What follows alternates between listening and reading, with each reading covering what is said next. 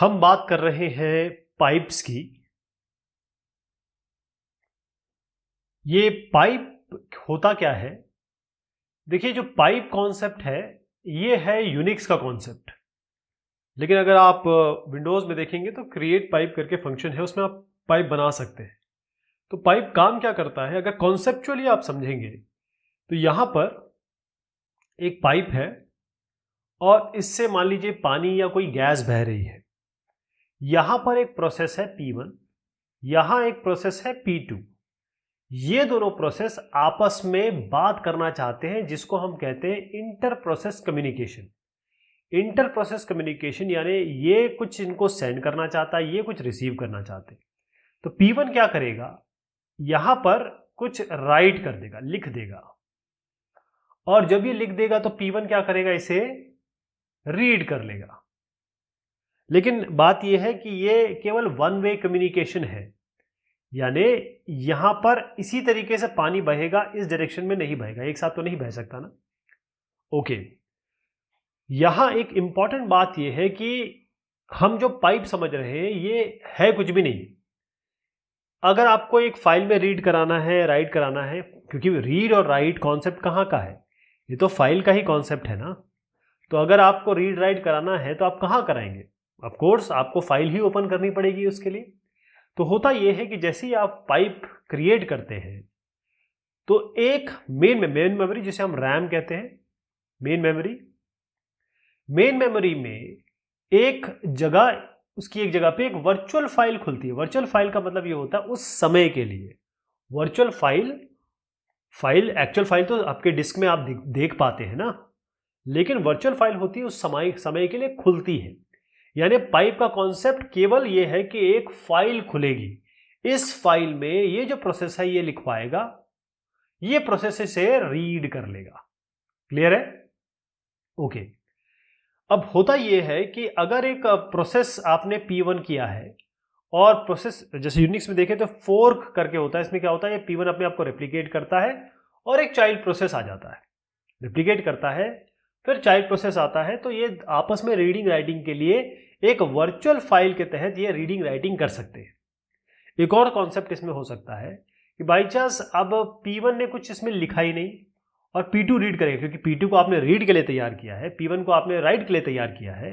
तो P2 अगर ये रीड करना चाहता है लेकिन इसे राइट ही नहीं किया तो P2 सस्पेंड हो जाएगा। ध्यान रखिए कि मैं जब भी प्रोसेस की बात करता हूं, प्रोग्राम, जैसे अगर आपको ये मैं एक प्रोग्राम दिखा दूं तो ये एक प्रोग्राम है, जैसे ही आप इसको रन कराएंगे तो ये प्रोसेस बन जाएगा।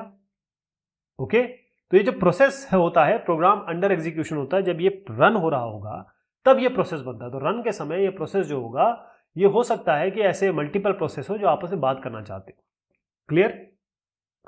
अब ये हो सकता है कि भाई जगह ही ना हो। आप जानते हैं कि जब मैं प्रोसेस की अभी मैंने बात की तो प्रोसेस के पास क्या होता है, जब ये रन कर रहा होता है तो इसके पास अपना स्टैक होगा, अपना इसके पास प्रोग्राम काउंटर होगा और तमाम चीजें इसकी अपनी होगी। तो एक और चीज होगी जिसे हम कहते हैं फाइल, या ये कहें कि इस प्रोसेस का एक फाइल टेबल, या कहें कि जहां पर भी ओपन फाइल टेबल हो, ये फाइल टेबल है जिसमें कौन कौन सी फाइल खुली है इनकी इंफॉर्मेशन हो। तो अगर ये फाइल टेबल भरा हुआ है तब क्या होगा, तब तो रिटर्न कर देगा कि भाई हम तो नहीं बना पाएंगे पाइप वगैरह, क्योंकि बेसिकली फाइल ही तो है पाइप। लेकिन अगर ये जगह मिल गई तो क्या होगा, यहां पर कुछ होगा नहीं, केवल ये होगा कि एक जगह अलोकेट हो जाएगी रीड के लिए, एक जगह अलोकेट हो जाएगी, या फिर कहें ये तो टेबल है तो इसमें एक डिस्क्रिप्टर हो जाएगा। तो इस डिस्क्रिप्टर को हम कहते हैं FD1 नाम दे दीजिए, इसको FD2 FD0 नाम दे दीजिए, या जो भी आपका नाम आपको मन करता है वो दे दीजिए। इसको प्रोग्राम की तरह मैं समझाता हूं आपको कि भाई समझ तो गए इसको कॉन्सेप्ट कैसा है जब हम इसको रन कराएंगे। पहले ये समझ लीजिए, अगर आप C लैंग्वेज जानते हैं, नहीं भी जानते तो कोई बात नहीं, आप इससे समझ जाएंगे कि ये पाइप जो आपका कॉल है, पाइप फंक्शन है, यहाँ पर इस पाइप से शुरू होगा सारी कार्रवाई। अब मैंने आपको कहा रीड और राइट, तो रीड के लिए फिक्स है कि आप जब आप यहां पर आप FDS कर रहे हैं, मतलब नाम दे रहे हैं, ये कोई भी नाम दे सकते हैं, इसका जरूरी नहीं है, बस FDS का फुल फॉर्म हम अगर देखें तो फाइल डिस्क्रिप्टर हो गया। कुछ भी दे सकते हैं, नाम में कुछ नहीं है, वो आप यूज़ वैसे भी करेंगे। अगर आप अपना नाम दे देते हैं उसी तरीके से यूज़ कर लेंगे। इंट टाइप का ये है, और ये एक एरे है 2। एरे क्या है? ओनली 2 वैल्यूज़ का एरे है। ओके, यानी ये इस तरीके से हो गया ना, एरे हो गया आपका ये यू हो गया, तो ये हो गया FD0, ये 0 वाला होता है, और ये 1 हो गया, ये FD1। तो जैसे ही आपने इसको बनाया, इसका रिटर्न टाइप होता है इंट, ये आपको सक्सेस और फेलियर बताएगा, पाइप खुला कि नहीं खुला। तो जो FD0 है, ये फाइल डिस्क्रिप्टर जो मैं आपको बता रहा था, ये यहाँ जो फाइल डिस्क्रिप्टर की मैं बात कर रहा हूँ, तो जब यहाँ पर FD0 ये होगा रीड के लिए, मतलब पाइप के रीड एंड के लिए क्या है FD0, और पाइप के राइट एंड के लिए क्या होगा, ये राइट एंड के लिए, राइट एंड के लिए क्या होगा FD1। ओके, अब इसमें ये जैसे मैं बता रहा हूं कि इंटीजर रिटर्न टाइप है, तो अगर ये 0 रिटर्न होगा तो इसका मतलब पाइप क्रिएट हो गया है, सब कुछ सही है। लेकिन अगर ये -1 रिटर्न करता है, इसका मतलब कुछ गड़बड़ है। ये काम करता है फर्स्ट इन फर्स्ट आउट। पहले आपको अगर मैं यहां बताऊं तो ये एक प्रोग्राम है, इसमें क्या हो रहा है, इस प्रोग्राम में 3 मैसेजेस हैं। यहां पर सबसे पहले इस प्रोग्राम को समझने की आवश्यकता नहीं है, केवल कॉन्सेप्ट समझिए। यहां पर हमने क्या किया कि एक पाइप, पहले तो आपने एक पाइप को खोला, आपको PDS जो FDS वगैरह मैंने बताया था उसका नाम P यहां रख दिया है, वो खोला आपने, और <0 है तो आप बाहर निकल जाएंगे। मैंने बताया 0 रिटर्न करेगा तो सक्सेस है, अगर उससे कम रिटर्न करेगा तो आपका बाहर आ जाएंगे।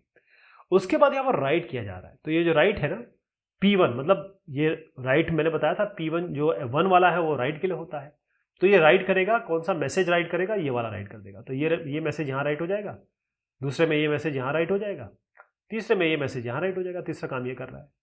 तो ये आपने लिख दिया। अब ये जो मैसेज राइट किया है, अब ये तो राइट हो गया, अब कोई रीड करने आएगा तो सबसे पहले कौन सा पढ़ेगा, तो यही मैं बता रहा हूँ, ये फर्स्ट इन फर्स्ट आउट है। यानी एक क्यू फॉर्म में, क्यू डेटा स्ट्रक्चर जो होता है, क्यू डेटा स्ट्रक्चर मैं आपको यहाँ बता देता हूँ, ये जो क्यू है ना, इस डेटा स्ट्रक्चर की तरह काम करता है पाइप। इसका मतलब ये है कि क्यू में क्या होता है, आप ऐसे मान लीजिए क्यू सबसे पहले जो आएगा वो सबसे पहले रीड किया जाएगा, मतलब सबसे पहले ये रीड होगा, उसके बाद ये रीड होगा, उसके बाद ये रीड होगा, कोई और आता है तो वो उसकी लाइन में लग जाएगा पीछे की तरफ, फिर ये आखिर में रीड होगा। ओके, तो ये पाइप की तरह काम, पाइप जो है वो FIFO first in first out है और क्यू डेटा स्ट्रक्चर की तरह काम करता है। एक और इसमें इंपॉर्टेंट चीज है कि मान लीजिए कि जो रीडिंग और राइटिंग की जो कैपेसिटी है, कैपेबिलिटी है, तो राइट के लिए 512, अगर मैं यूनिक्स की बात करूं 512 बाइट आप एक बार में लिखा सकते हैं, और रीड अगर आप करना है तो एक एक बाइट भी रीड कर सकते हैं, एक एक बाइट भी रीड कर सकते हैं। यहाँ 512 बाइट एक बार लिखा सकते हैं, और यहाँ रीड करने के लिए एक एक बाइट भी रीड कर सकते हैं। तो इस प्रोग्राम पे दोबारा लौटते हैं। इस प्रोग्राम में कुछ नहीं है कि यहाँ पर 1 2 3 यानी पाइप क्रिएट किया गया। पहले तो मैंने आपको बताया था कैसे पाइप पी आपको ये बताया था ना, इंट, और यहाँ पर पाइप अंदर क्या था, इंट FDS2 ऐसे बताया था। तो इसमें यही है, ये जो P2 है आप ये देख रहे हैं, और पाइप खोला, यहाँ से इस फंक्शन को कॉल किया, यहाँ भी चेक करा लिया, एरर चेकिंग कर लिया। उसके बाद आपने 3 चीजें लिख दी इसमें, कौन सी, हेलो वर्ल्ड 1, वर्ल्ड 2, वर्ल्ड 3, यहाँ लिख दिया 1 2 3, यहाँ 1 2 3। उसके बाद आपने क्या किया, एक लूप चलाया और रीड किया, जैसे मैंने आपको बताया था। ये जो 0 1 है, 0 रीड के लिए होता है, 1 राइट के लिए होता है। तो 0 आप रीड के लिए करेंगे तो ये रीड वाला चलेगा, रीड रीड रीड। अब इसमें आगे अगर आप देखेंगे, ये तो मैंने बहुत बेसिक बताया है, इसमें समस्या तब आती है जब आप फोर्क करते हैं, और फोर्क करेंगे तो क्या होगा कि एक ये पेरेंट है तो ये चाइल्ड भी बन जाएगा। इसमें बहुत सारी चीजें आती हैं, क्योंकि अब पेरेंट, ये जो रीड और राइट है, तो पेरेंट रीड भी कर सकता है, पेरेंट राइट भी कर सकता है, चाइल्ड रीड भी कर सकता है, चाइल्ड राइट भी कर सकता है। तो इसमें थोड़ी चीजें देखनी पड़ती है, वो हम कभी और डिस्कस कर लेंगे। ये बात हुई इस पाइप की। बहुत शुक्रिया, बहुत मेहरबानी आप सभी की।